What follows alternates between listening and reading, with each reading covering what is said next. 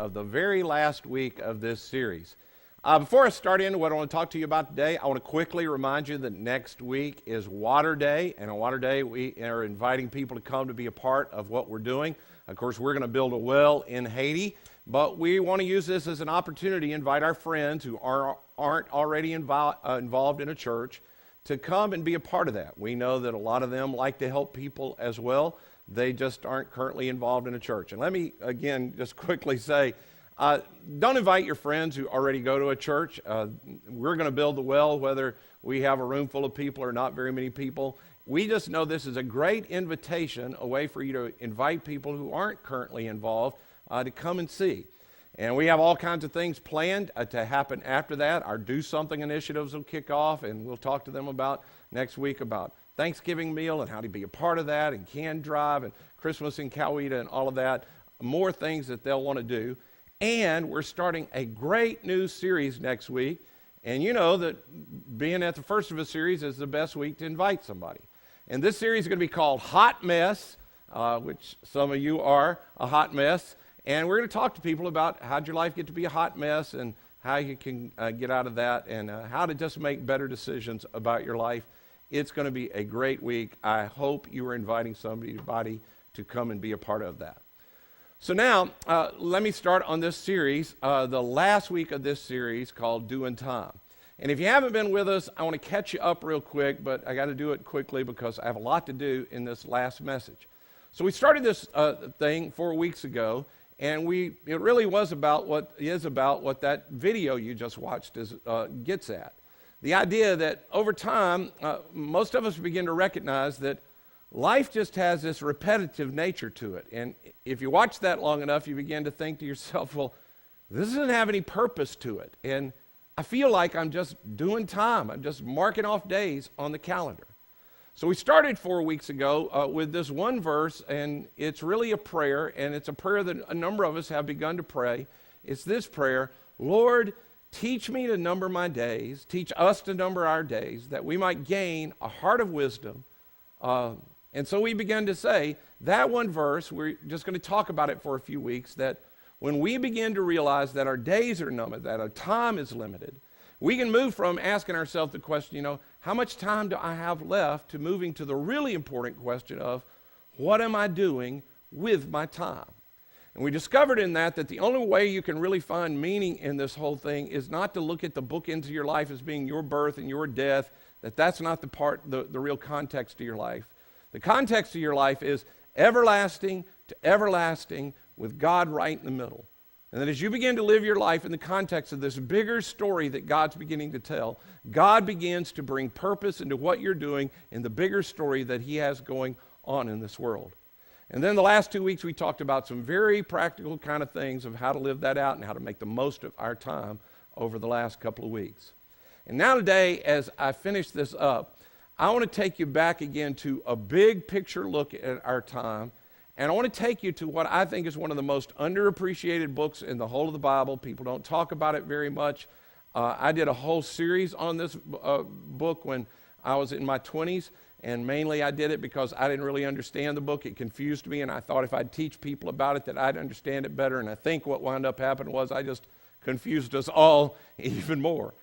And now I'm at a point where I think that this book really can only really be understood after you've had some life under your belt, and so maybe in your 50s or so. And it's an interesting book because of what it talks about who wrote it and why they wrote it.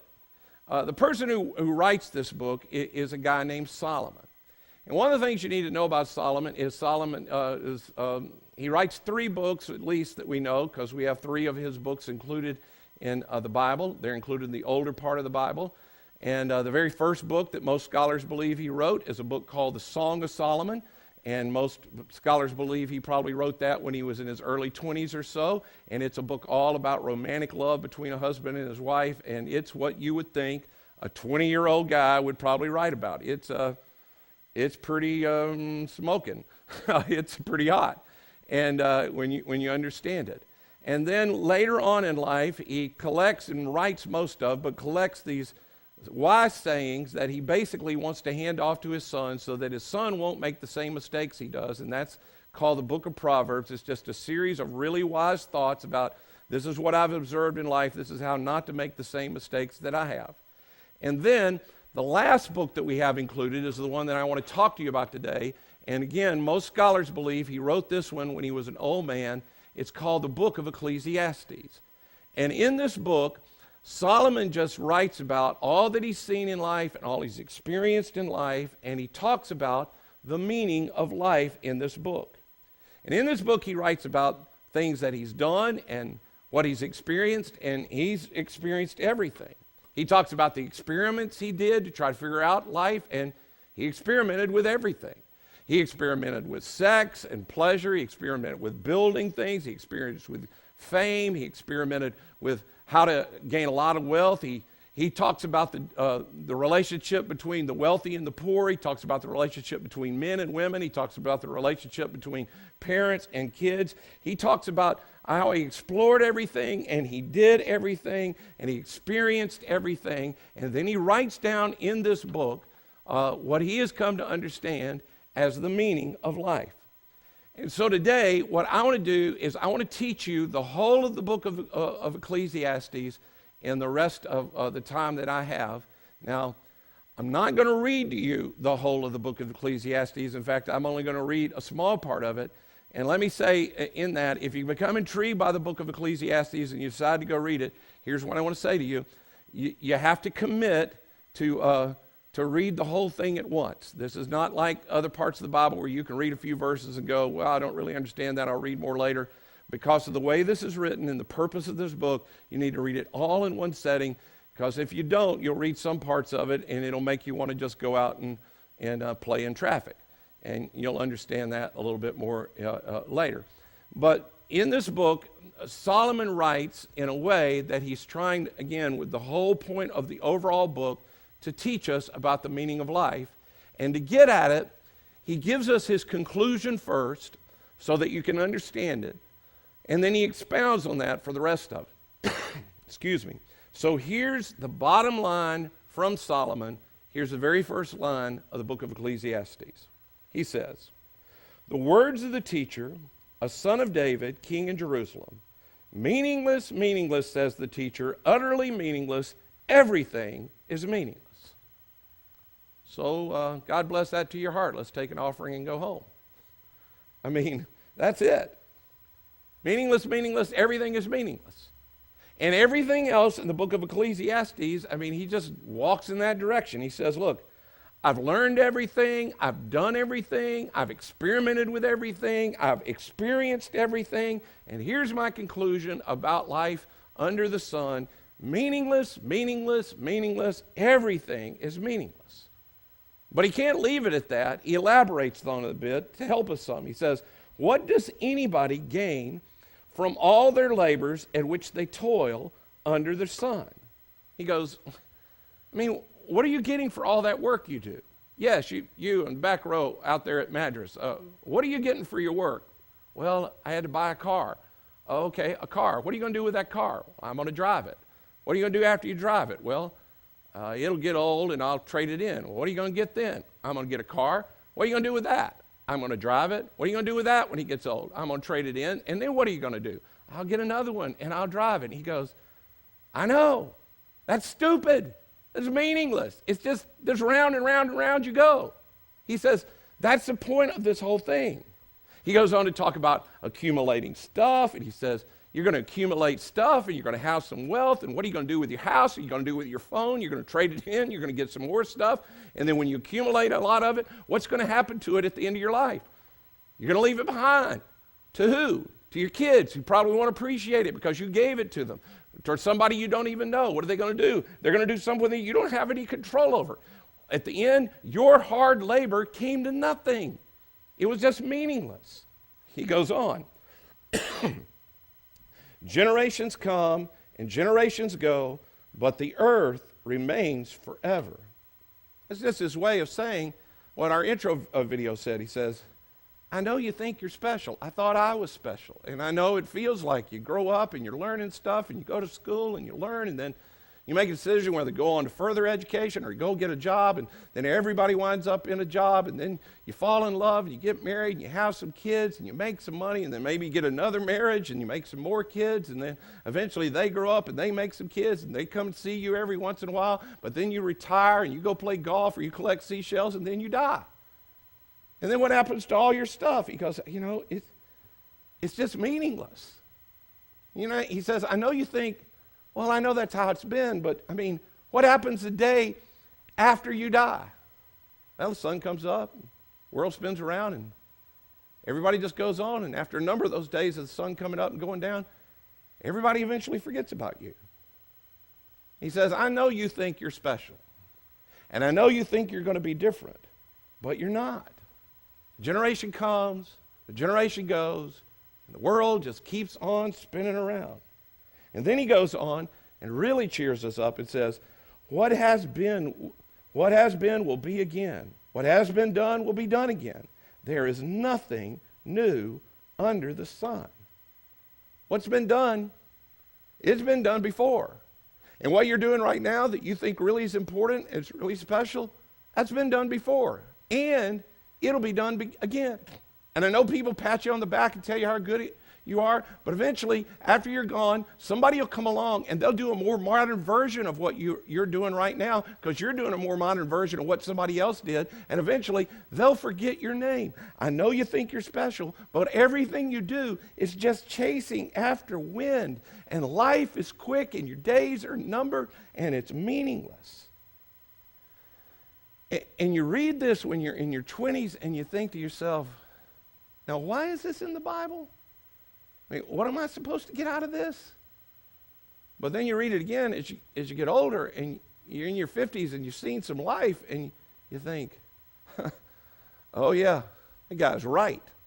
I don't know about everything in the Bible, and I don't know about Jesus and the resurrection, all those kind of things, but this guy, he speaks my language, because I've watched myself, and I work hard, and I do things, and people don't really appreciate it, and I've gained stuff, and I've worked hard, and my wife doesn't appreciate it, my spouse doesn't appreciate it, my kids don't appreciate it, and here I am, I'm working hard, I'm getting older, and I look in the mirror, and you know who I see in the mirror? I see my dad. I'm doing what my dad did, and when I look in the mirror, I look like my dad, and I'm going on and on and on, and I'm going to leave it to my kids, and they don't appreciate it. It's meaningless.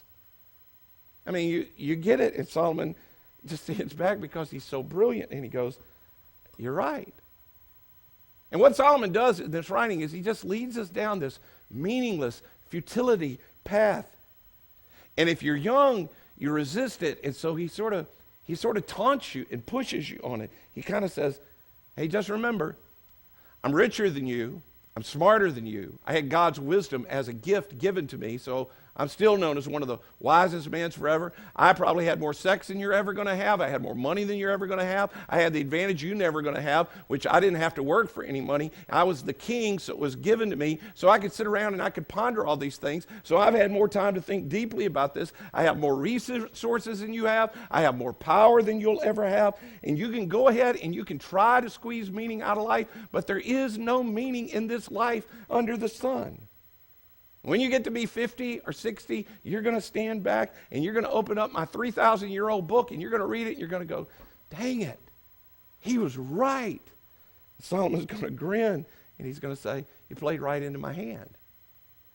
Solomon, he's such a smart writer, and what he's doing is he's just leading us to a point, because all throughout this book where he just says this thing, meaningless, meaningless, meaningless, that whole phrase comes 38 times through the book, woven into it. In his brilliant writing, he weaves into it, in the midst of all that, he weaves in the secret of finding meaning.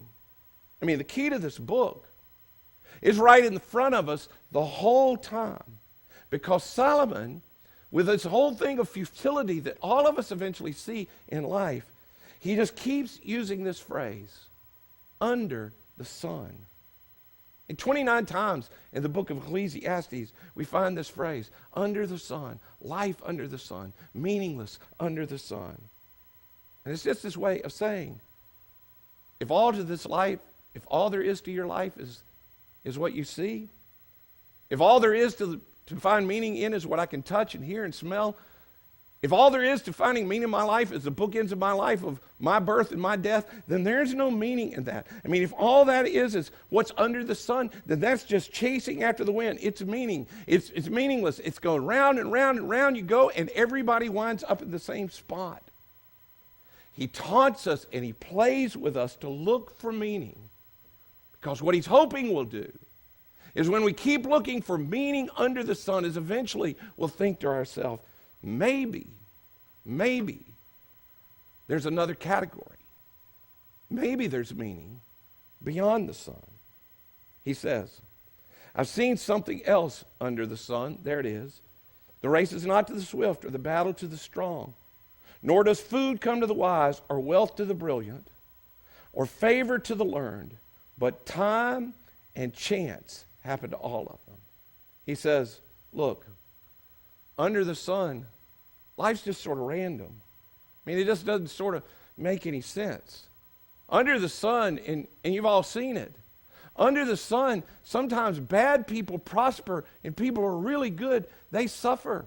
He says, under the sun, the smartest people don't get to lead. Under the sun, the strongest people don't always win. Under the sun, people that should be ahead don't get ahead. Under the sun, you've seen it. I've seen it. I've seen people who are faithful to their spouse and work hard and do their thing, and they live the right way. And then they get to their 30s or the 40s, and they're all alone. And their spouse, who did all the wrong things, who did all the evil things, who all the things that none of us would want to do, they go off and they do those kind of things, and they're happier. And they live a fuller life. I've watched people work hard and do things and try to figure it out. He says, look, if you just continue to look for meaning under the sun, you've got to figure out at some point that there has to be another box other than under the sun. Because under the sun, life's just sort of random. And under the sun, you always come up against the same kind of things. Don't go in an even kind of fair kind of way. And the whole time he's talking about this, he's just sort of taunting us. He's sort of playing with us. He's sort of baiting us with the question that eventually, hopefully, he's hoping you'll eventually say to yourself, but wait a minute, Solomon, wait a minute. What if there's another category? What if there's another category than just life under the sun? What if you're right, it's futile and meaningless under the sun? But what if meaning in life is not found under the sun, it's found someplace else? At which point Solomon smiles back and says, now you get it. Now you see it. Life under the sun, you're right, it's absolutely meaningless. You didn't miss it. You didn't make it up. You weren't just bitter. You're right, it's random. It's meaningless. But what if there's something else than life under the sun? And right in the middle of all of this talk about meaningless and futility, he plants this beautiful thought. He's talking about God, and he says, He has made everything beautiful in His time. In the midst of all the randomness, in the midst of all the stuff that doesn't make any sense, in the midst of me trying to do the right thing and right thing doesn't come back, in the midst of that, he says, every once in a while, there's something you see that's so beautiful. And it takes your breath away. And all the meaningless sort of goes out of focus and it fades into the background and you go, oh, look at that. There must be something else than just the randomness I see around me. I was talking to a friend of mine who I've been friends with a long time now, and the last few years of his life have been just really exceptionally hard. I mean, he's an honest guy. He's a hard worker. He's done everything pretty much right, but the last few years of his life have just been hard. And we were talking about that, and he said in the midst of all of that, not too long ago, he gets an email from his son who's grown, and he says, Dad, I know things are really hard right now. And I know things aren't the way that they ought to be. But I want you to know, I'm so thankful for where you raised me. I'm so thankful for what you taught me. I'm so thankful for the example that you still are to me. I love you. He said, in the midst of all the pain in that moment, he said, I knew there's a God. There's more than all this mess. See, occasionally in the midst of it, something happens. You see something in nature. Or you have a child that's just so beautiful, it takes your breath away. In the midst of it, there's a relationship out of the blue that's just so deep and so true.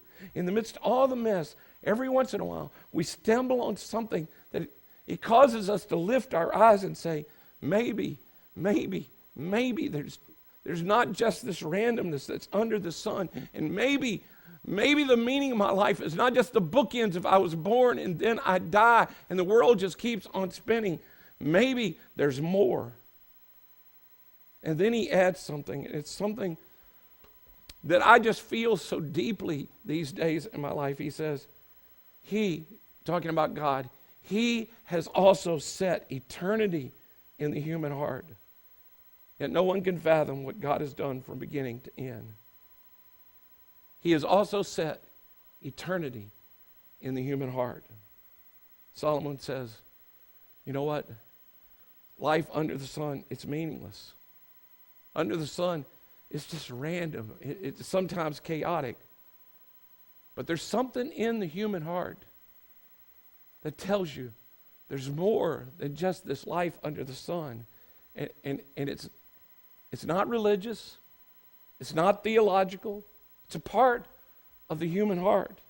It's why in every civilization, throughout every age, on every corner of the earth, people are constantly looking up and saying, there's more to life than just what we see. There's something else to life. There's something beyond this life. It's planted in the human heart. It's why, and I've watched this happen a couple of cycles now in my life, where every 20 or 30 years in Western civilization, there will be a group of people who come out and they'll write these books and they're learned scholars and they'll say things about how, hey, we've now come to the point where we know science has no need of God. There's an explanation for everything without a God. And God is not necessary for us to flourish and to do well. There is no need for God, and so there is no God. And people will buy the books and they'll become bestsellers and everybody will talk about it and there'll be a buzz around those books and those authors for a while. And then they'll do surveys and they'll ask people, how many of people in Western civilization still believe that there's somebody, a power greater than what you see in this life? And overwhelmingly, way above 90% people say, I still believe there's something beyond this life. It's because you can't reason it away. You can't logic it away. You can't read a book to get way of it. It's been planted in the human heart. And your bad church experience, it can't do it away for you. And you can be mad at God because of what happened to you, and it won't go away. And you can never read the Bible, and you can never think about it, and it won't go away. And you can talk about the damage religion has done in our world, and it won't go away. You just can't help but think there must be something else in this world. There must be something beyond it, beyond the life under the sun.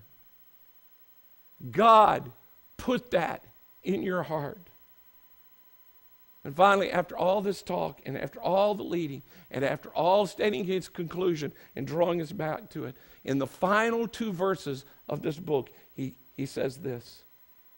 Now that all has been heard, here is the conclusion of the matter. Love God and keep his commandments, for this is the duty of every human being. Love God and keep his commandments. But God, I was loving you. I was keeping your commands. Look what happened to me. I know. Love me. Keep my commands. But God, I was loving you and I was keeping your commands, but she wasn't loving you and keeping your commands. And now she got half of everything I have and I don't have a place to stay. She has all my money and I'm living with my mom. I know. Love me. Keep my commands. But God, it doesn't make sense to me. I don't understand why the stuff in this world happens and evil seems to flourish. I know. Just love me and keep my commands. But it's not working for me in my life. I know. Respect me. Honor me. Love me. Keep my commands. And don't let the randomness of this world, don't let the evil you see in this world, try to make sense out of everything that's under the sun. I have planted eternity in your heart. So love me. Keep my commands. That, Solomon says, is how the mystery of the meaning of life comes together. Randomness shouldn't surprise us under the sun. Evil shouldn't surprise us under the sun. But there is more to your life than what happens under the sun. And you know it. God has planted it in your heart. He's imprinted it in the heart of human beings. So with that in mind, I want to end this series by saying 4 things. First, I want to say something to all the students that are joining in. Students, I want to give you some advice from where I stand. I know a lot older than you. Would you decide it where you are? Would you just wake up every morning, every single morning? And I know you're going to pray for do well in your test and you get me a date, God. But in addition to that, would you just pray this every day? God, would you show me your will for my life? Students, listen, you get to get this right the first time. I didn't get it right. My chance is gone. You get to get this right the first time. So wake up every day. Go to bed every night. And pray this along with everything else you're going to pray. God, would you show me your will for my life? Reveal to me as much as you can. And as much as you reveal to me, I will love you. And I will keep your commands. I will respect you. I will honor you. I will follow you. I want to keep your commands when it works out for me and when it doesn't work out for me. I want to keep your commands and honor you when it doesn't go the way I want. And when I see the randomness in this world, I won't let that throw me off. I won't be surprised by it. I'll just love you. Keep your commands. Because now I know that there's something else. It's the longing I feel in my heart. You get to do it right. And I'm telling you, there are people sitting around you right now that are joining in with us that are in their 50s and 60s, and they would love anything to get a chance to do it again. You to get it right now. For all of you who are at this point and you're single, and can I just say to you, would you not buy into the myth that our society keeps telling you that when you're single, you're less than, and that you need to find the relationship, you need to express who you are and get in that relationship that'll bring the ultimate meaning to everything in life? It's a myth. Would you not waste the limited amount of time that you have, living every moment of your time, looking for a person who's sometimes going to validate you and fulfill you? I know you don't like being single, and I know there's something in you that wants a relationship. Solomon talks about that. He talks about it's good to fall in love. It's good to find a mate. It's good to give yourself to that. It's good to love your spouse. But your greatest opportunity to make the most of your time is not by spending your time looking for someone to fulfill you. Instead, I urge you, use this time that you have to give your life to something bigger than yourself. And while you're pouring yourself into something bigger than yourself, maybe you look to your left or to your right as you're doing it, and you notice somebody else who's doing the same thing. You fall in love around a purpose bigger than either one of you. And you build your life on something that's more than having another person validate you and fulfill you. Because there is more to this life than what you can see under the sun and what can come to you through another relationship. For those of you who are married and you have a spouse, could I just say to you what Solomon would say to you? He'd say, love the spouse of your youth. For those of you who don't have kids yet, Don't make it all about, we got to have kids, we got to move on to the next thing. Love the spouse of your youth, and don't feel less than if you don't have kids. Don't make it like life is not complete. Pour yourself into the spouse of your youth. You have children, don't waste the children that God has given you. I mean, don't look back one day like so many people do and realize that you lost your one and only chance with a kid that God had specifically given to you, and you traded it in for a job or some money or a car or something that you would have to trade in later. I'm telling you, there are people on the other side of this that would give anything they could to go back now and trade all of that to have a real relationship with their adult children that felt more like friendship than having a kid that it feels like the kid feels like their parents just an obligation they have to fulfill. Do not waste your time with your one and only chance with your kids. Love the children that God has given you. Build into them. Treat them with respect. Love God. Keep His commands. Teach them to do that. Now, for all of you that are in the stage of life that I'm in and you're empty nesters, well, you already knew all of this, didn't you? And you're sitting back and saying, I could have told them all of that. You already knew that. Well, let me say something else to you, too.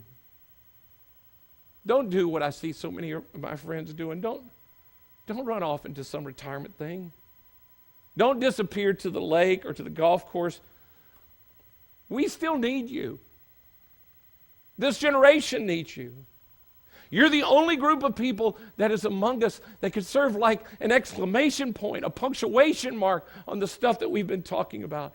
You are the living illustration of how quickly life goes by and how valuable relationships are and how silly it is to chase things that somebody else is going to own and wear and drive and live in. You say, and nobody's going to listen to me. Nobody will listen to me. My kids don't even listen to me. Okay, that may be true. Your kids don't listen to you. But maybe somebody else's kids would listen to you. Listen, you've already spent the majority of your life gaining knowledge and wisdom and insight that the generation that exists on this planet needs so deeply from you. Some of you say, well, but I've made so many mistakes. Okay, serve as a bad example for them. I mean, why would you waste your mistakes by covering them up or not talking about them? Why would you only the thing that you get out of your mistakes is the pain from it? Why wouldn't you get some of the joy of seeing somebody else learn from your mistakes? I get it, man. If life under the sun is all that there is, then hey, golf a lot and get a bike and drive off somewhere and go to the lake and enjoy yourself and spend all your weekends on yourself. Move into some retirement community and hang out with another whole bunch of old people and play checkers and play games and take a cruise and collect seashells. That's absolutely fine. But eternity has been set in your heart, and you know better.